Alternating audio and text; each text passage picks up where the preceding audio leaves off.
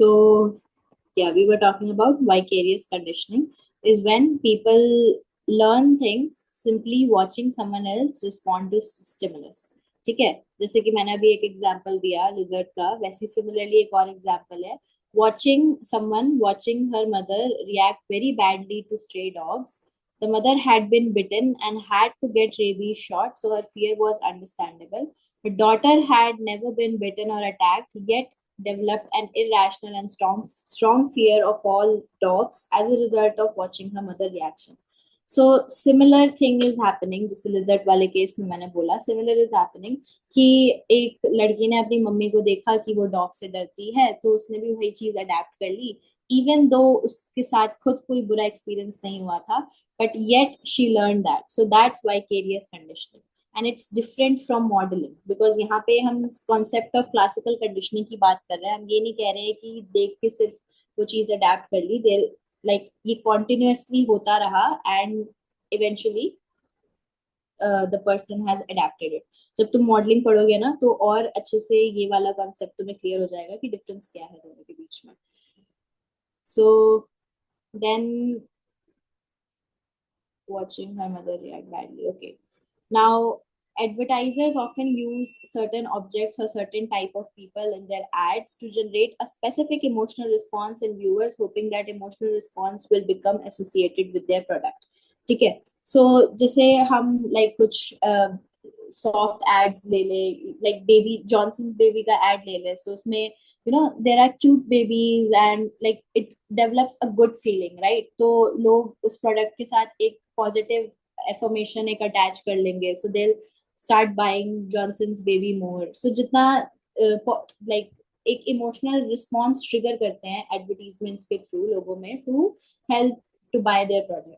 जैसे कि हमने वो भी देखा होगा, कुछ मूवीज में तुमने देखा होगा, कुछ शॉप्स पे people hire fake customers who says कि वाओ कितना टेस्टी फूड है, कितना लाइक कितना ब्यूटीफुल क्लॉथ है और दिस दिस एंड दैट. तो वो फेक आर्टिस्ट को हायर करते हैं who talks good about their product, जिसकी वजह से आसपास के लोग भी इन्फ्लुएंस हो जाते हैं उस प्रोडक्ट को खरीदने के लिए. So these are the examples that is given under vicarious learning कि किसी और के इमोशंस को देख के तुमने भी वो इमोशन अडेप्ट कर लिया. एंड ये बहुत होता है आजकल, लाइक तुम अगर इंस्टाग्राम पे भी देखोगे तो जब भी कोई न्यू मूवी आती है, सो उसके बारे में इतने सारे मीम्स और इतने सारे रील्स बनने लग जाते हैं, लोग अपना अपना ओपिनियन देते हैं कि oh my god if you have not seen this movie then what you have saw, इस टाइप का. एंड उसके साथ एक फोमो भी अटैच्ड होता है, बट कहीं ना कहीं वो क्लासिकल कंडीशनिंग भी हो रही होती है तुम्हारी कि okay this is something that I need to watch, ये वाली चीज होती है. तो क्लासिकल कंडीशनिंग के एग्जांपल्स भरे पड़े हैं तुम्हारे आसपास के एनवायरनमेंट में. You just need to read, get this topic really nice and find out what's happening in your environment to understand it better. Okay, similarly classical conditioning का एक और पार्ट है टेस्ट एवर्जन्स डेवलप करना. सो कभी ऐसा हुआ होगा कि कुछ खाने के बाद बहुत नॉजिएटिंग फील हुआ होगा या वॉमिट हो गया होगा, so you start to dislike that food. That's actually condition taste aversions. ठीक है. एंड ये लोग यूज करते हैं, थेरेपिस्ट यूज करते हैं इन डी एडिक्शन सेंटर्स में, जहाँ पे अल्कोहल सिगरेट्स इन सबको लाइक छुड़वाना होता है. तो व्हाट दे डू इज कि अल्कोहल के साथ एक लाइक अल्कोहल पिलाने के बाद उनको कुछ ऐसे केमिकल्स और इंजेक्शंस इंजेक्ट करेंगे जिससे they vomit. So they start feeling मतलब they don't like alcoholic point के बाद, या they start feeling that same nauseating feeling when they smell alcohol or see the sight of alcohol, and eventually they stop drinking alcohol. So ये therapy में भी use किया जाता है this condition taste aversions. ठीक है. Now there is this thing called biological preparedness. ये भी बहुत इंपॉर्टेंट टॉपिक्स है. ये जितने भी क्लासिकल कंडीशनिंग के टाइप्स है ना, इसकी कंसेप्चुअल अंडरस्टैंडिंग होना बहुत इंपॉर्टेंट है, बिकॉज इस पे क्वेश्चंस आते हैं, सिचुएशन बेस्ड क्वेश्चंस आते हैं, डायरेक्ट अगर ना आए तो या फिर कुछ ऐसे रैंडम सिचुएशंस देके पूछ देंगे कि बताओ कौन सा टाइप का क्लासिकल कंडीशनिंग है, इस टाइप का भी आता है. क्वेश्चंस भी साथ साथ प्रैक्टिस करते रहो, it will be helpful for you कि सिर्फ रीडिंग और समझने से नहीं होगा, किस टाइप के क्वेश्चंस आते हैं ये भी पता होना चाहिए, तो वो भी प्रैक्टिस करते रहना. Now, biological preparedness is basically some associations between certain stimuli and response are far easier to form than others. Then that is true in both animals and peoples. Biological preparedness is basically यहाँ पे ना एक example दे रखा है, let's read it out to understand it better. जैसे एक bird होती है, जैसे ये टेस्ट एवर्जन था ना, कंडीशन टेस्ट एवर्जन, उसी के कॉन्टेक्स्ट में ये एनिमल्स के ऊपर एग्जाम्पल दे रखा था कि जो बर्ड्स होती है, they don't like this specific kind of वो कुछ स्पेसिफिक काइंड ऑफ इंसेक्ट होता है that they don't like, and उसी के दिखने वाले जितने भी इंसेक्ट्स होते हैं, they don't eat those insects, even though वो एडिबल होते हैं, but they don't eat those insects, क्योंकि they associate that similar characteristics with those insects. जैसे ही हमें किसी फूड को खाने के बाद नॉजिएटिंग फीलिंग आती है, उस पर्टिकुलर इंसेक्ट को देख के या उस पर्टिकुलर इंसेक्ट को खाने के बाद बर्ड्स गेट दैट नॉजिएटिंग फीलिंग.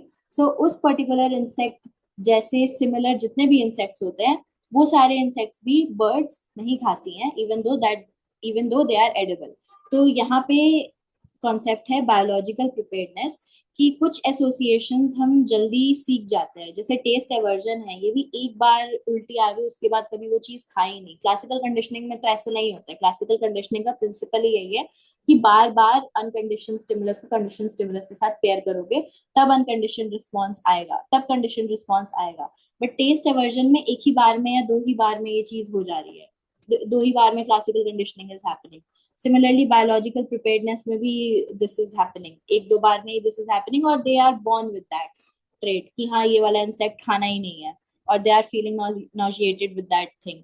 या फिर हम जो हमने चैप्टर 1 में भी एग्जांपल लिया था कि people don't like humans, us humans don't like bitter things, because पहले के जमाने से भी एसोसिएटेड कि जो भी चीजें बिटर होती हैं दैट हैज पॉइजनस ट्रेट्स, तो हम कुछ भी बिटर चीजें खाना पसंद नहीं करते हैं, we use to avoid it. ठीक है.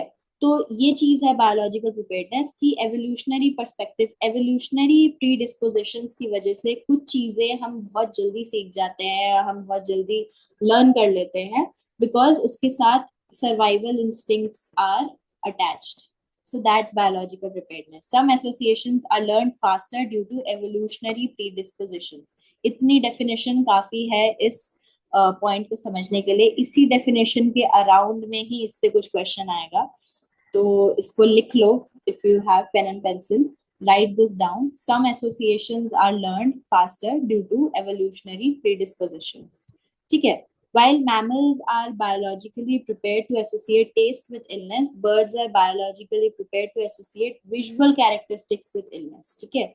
So taste with illness ये हमने aversion में पढ़ा, taste aversion में, and visual characteristics with illness जैसे कि visual characteristics of other insects that birds associate. ठीक है. So this is what biological preparedness is. Nausea and fear are both examples of involuntary reactions that help organisms survive, to reproduce, and pass on their genetic material to so the innate tendency to make quick and strong associations between stimuli and these reactions has evolutionary importance. जो मैंने यहाँ पे evolutionary predisposition की बात की है, वही चीज यहाँ पे ये बोल रहा है कि involuntary reactions are quickly associated because उसके साथ जेनेटिक मटेरियल और एवोल्यूशनरी इंपॉर्टेंस अटैच्ड है. ओके.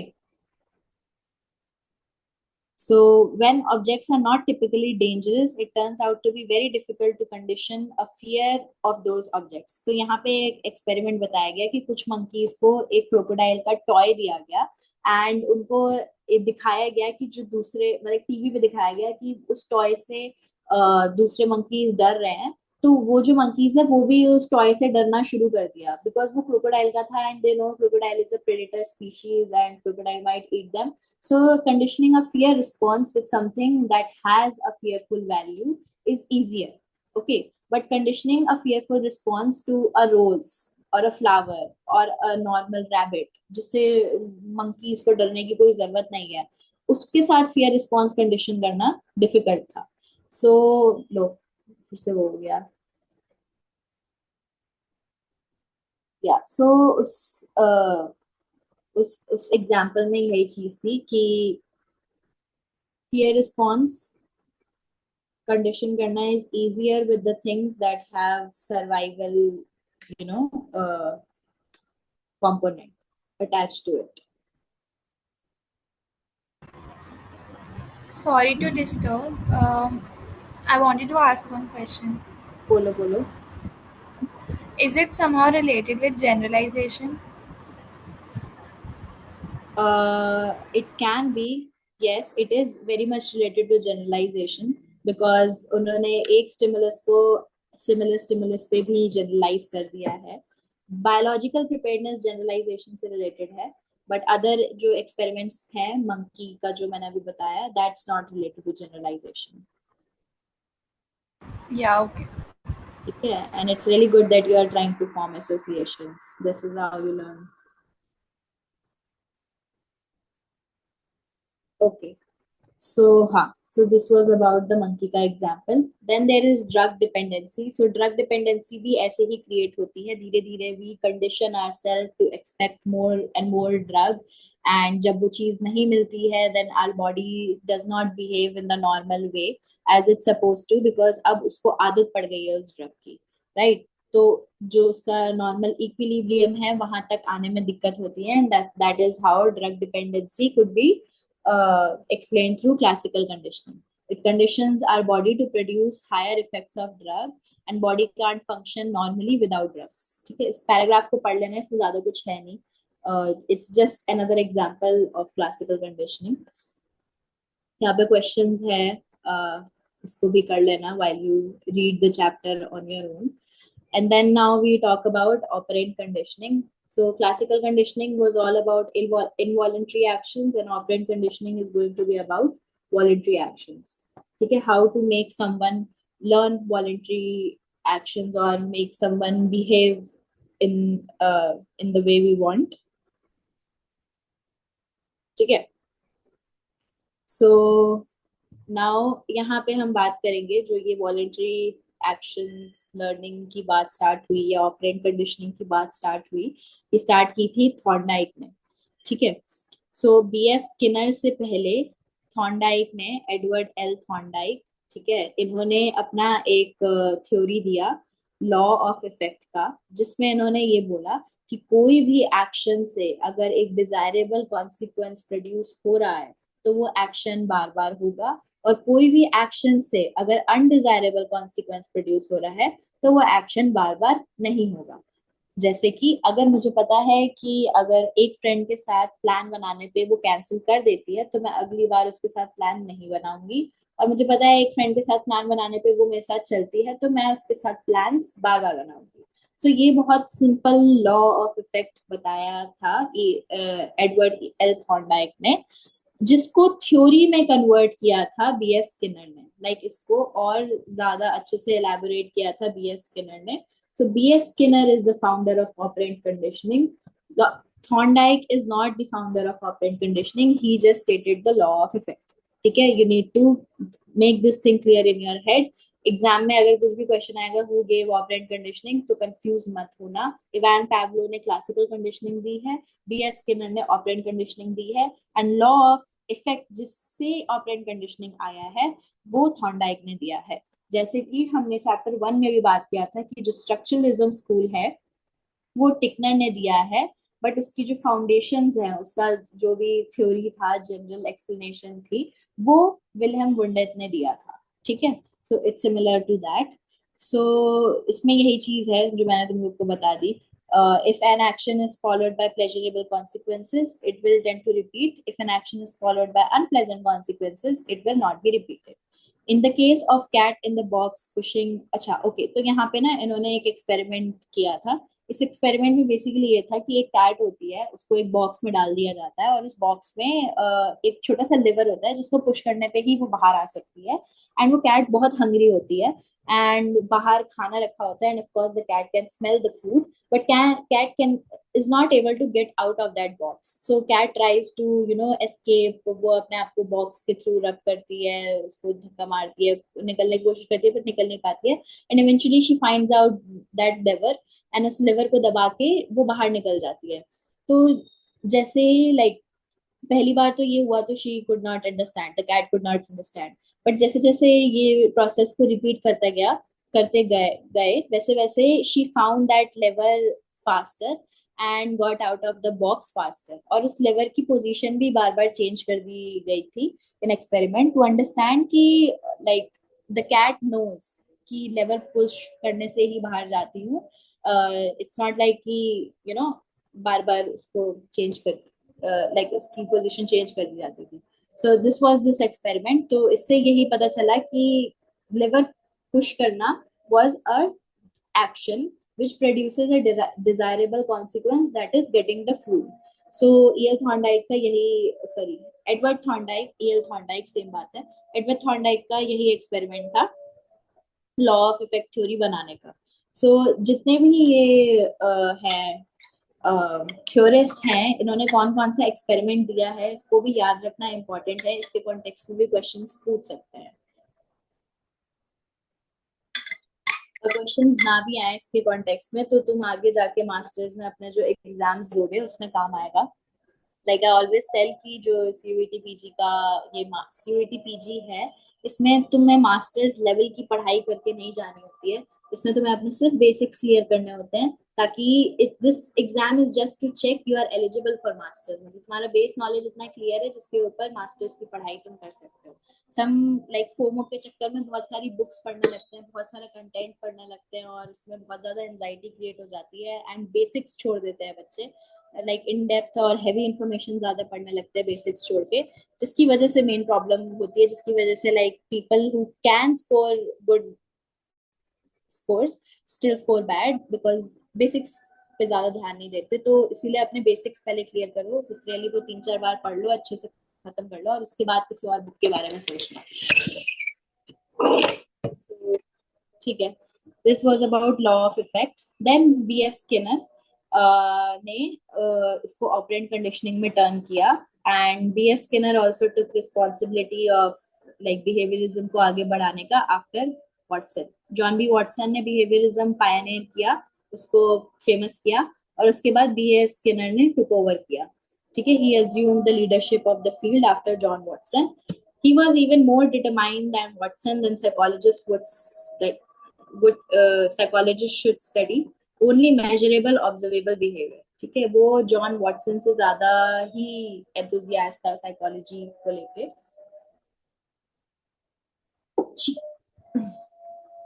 या and he said that psychology का जो स्कोप है वो मेजरेबल ऑब्जर्वेबल बिहेवियर में ही होना चाहिए, और बीएस स्किनर ने एक्चुअली अपने काफी एक्सपेरिमेंट्स दिए थे अनलाइक जॉन वॉटसन जिसने एक लिटिल एल्बर्ट दिया था बस। सो या so operant conditioning is basically about learning voluntary behavior. ठीक है, learning so like it's operant conditioning, voluntary behavior is what people and animals do to operate in the world. ठीक है, that's voluntary behavior, what people and animals do to operate in the world, and performing a voluntary action is to get something that they want or to avoid something that they don't want. Like कुछ भी तुम behaviour कर रहे हो, तुम अपना हाथ भी उठा रहे हो, या तुम फ्रिज से जाके खाना भी ले रहे हो, या तुम अपना रूम भी साफ कर रहे हो, सो उसका दो ही मतलब है, कुछ भी whatever you are doing इसके दो ही मतलब है, या तो तुम्हें कुछ चाहिए और या तो तुम्हें किसी चीज को अवॉइड करना है, that's why you are doing it. ठीक है, तो हाउ ऑपरेंट कंडीशनिंग में कुछ भी जो लर्निंग टेक्स प्लेस करती है वो करती है थ्रू रीइंफोर्समेंट्स। ठीक है, तो इसका मेन जो कोर कॉन्सेप्ट है वो रीइंफोर्समेंट्स ही है ऑपरेंट कंडीशनिंग का। Reinforcement is basically the things, items, objects, events, people given to a person to strengthen a behavior. Okay, so reinforcement का मतलब होता है to strengthen। ठीक है, what's in it for me। ठीक है, कुछ भी बिहेवियर करने से पहले ह्यूमंस आस्क, लाइक तुम कॉन्शियसली नहीं पूछते होगे बट उसका मोटिव यही होता है कि मुझे क्या मिलेगा ये करने से। ठीक है, एंड रीइंफोर्समेंट्स एक्चुअली रीइंफोर्समेंट्स का एक्चुअली मतलब होता है टू स्ट्रेंथन अ रिस्पॉन्स। ठीक है, and Skinner defined reinforcement as something as anything that when following a response causes that response to be more likely to happen again। ठीक है, सो reinforcements देते हैं ताकि कोई भी एक रिस्पॉन्स अगर हो रहा है तो उसकी जो लाइक्लीहुड है वो और बढ़ जाए, उस बिहेवियर की लाइक्लीहुड और बढ़ जाए। ठीक है, that's why reinforcements are given and the pleasurable consequence is what's in it for me. ठीक है, तो ये जो क्वेश्चन होता है किसी भी बिहेवियर को करने से मुझे क्या मिलेगा, सो वो जो प्लेजरेबल कॉन्सिक्वेंस होता है दैट आंसर्स कि क्या मिलेगा किसी भी ऑर्गेनिज्म को वो बिहेवियर करने से। ठीक है, दिस इज नॉट इतना इम्पोर्टेंट था, बट हाँ, give it a read. Then, in Skinner's view, this reinforcement is the reason that the cat learned anything at all. In operant conditioning, reinforcement is the key to learning. ठीक है, सो ये यहाँ पे जो experiment हुआ ना cat का, जो उसको फूड मिला, फूड उसका रीइंफोर्समेंट था। ठीक है, अगर फूड नहीं होता, उसे भूख नहीं लगती, हंगर नहीं होता, तो लाइक वो बॉक्स से बाहर निकलने के लिए मेहनत ही क्यों करती, राइट? तो वो रीइंफोर्समेंट था फूड, जिसकी वजह से वो मेहनत कर रही थी, जिसकी वजह से she was learning that okay, liver pull करने से मैं इस बॉक्स से बाहर निकलूंगी। ओके, नाउ स्किनर का अपना खुद का एक स्किनर बॉक्स था जिसमें उसने काफी सारे ऑपरेंट कंडीशनिंग के एक्सपेरिमेंट्स डिजाइन किए थे। एंड स्किनर की एक्चुअली बहुत फैसिनेटिंग स्टोरी है। वो बचपन से ही काफी सारे इंस्ट्रूमेंट्स डिजाइन करते रहता था और उसको जानवरों से बहुत ज्यादा प्यार था। तो तुम लोग पढ़ सकते हो इसके बारे में फॉर योर एडिशनल नॉलेज। मैंने एक रील देखी थी, तो उसी बेसिस पे आई एम टेलिंग यू। इस बुक में ज्यादा कुछ नहीं बता रखा है स्किनर के बारे में।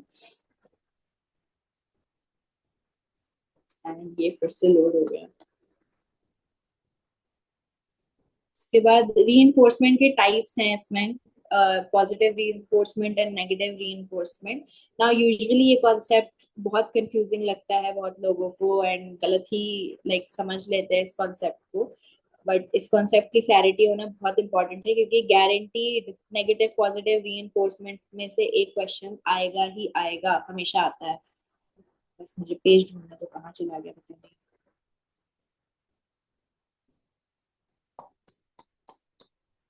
क्या कर रहा है ये? ऐसा करो, दूसरी वाली लिंक ज्वाइन कर लो। एनीवेज इसमें 3 मिनट्स ही बचे हैं एंड हाफ एन आवर में क्लास ओवर हो ही जाएगी।